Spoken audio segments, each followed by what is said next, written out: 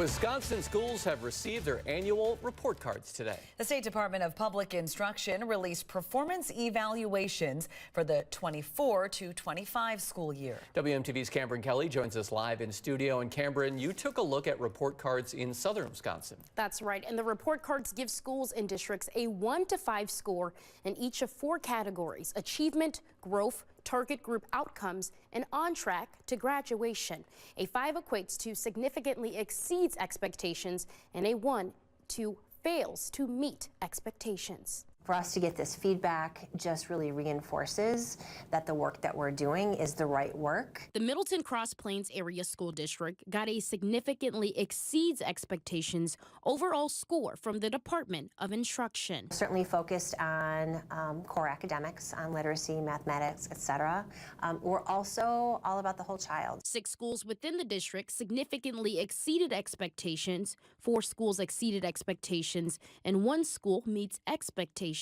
The superintendent shared how she plans to help Sauk Trail Elementary catch up to the others. I think it is a combination of, people who are really trying very hard every day to meet the needs of the children there. It's a very diverse school community.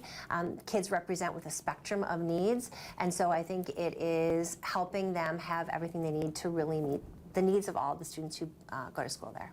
Hundreds of schools in the state, like MCPASD, are evaluated across 4 areas. This means that schools serving higher percentages of economically disadvantaged students are weighted more heavily toward growth, while schools that are maybe serving fewer of those students are weighted more toward achievement.